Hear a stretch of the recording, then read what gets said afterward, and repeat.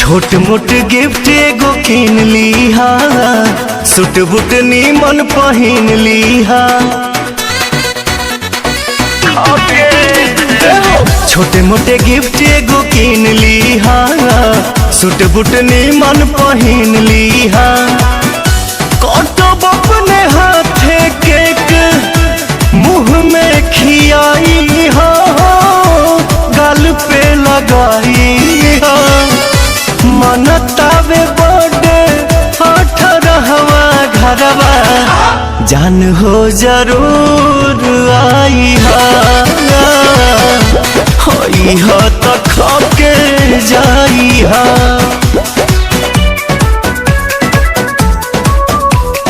खाके जाई हा।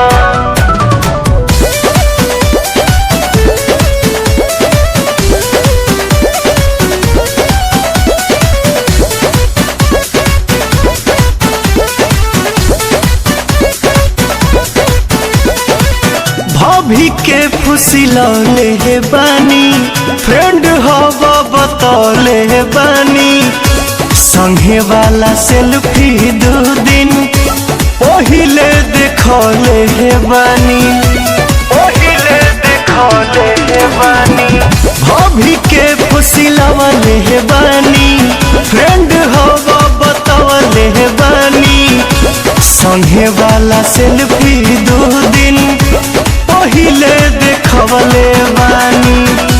इलो बर्थडे चांस तारंस को के जाई हो, जानी तू ल जाई हो।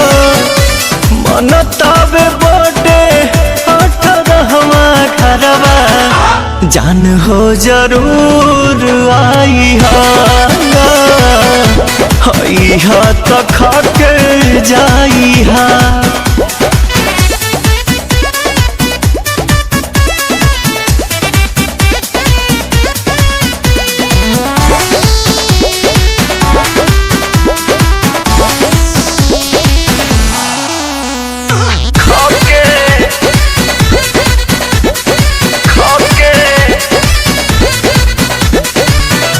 बोतल में परोस के हम हाथे से खियाई। लव वाला सब बात पवन हो बताई, पवन हो बताई। बोतल में परोस के हम हाथे से खियाई। लव वाला सब बात पवन हो बताई। अरुण बिहारी मन के श्रद्धा पुराई हो, जियादा जुड़ाई हो। मनतावे बर्थडे 18वां घरवा, जान हो जरूर आई हा तो खाके जाई हा। खाके जाई।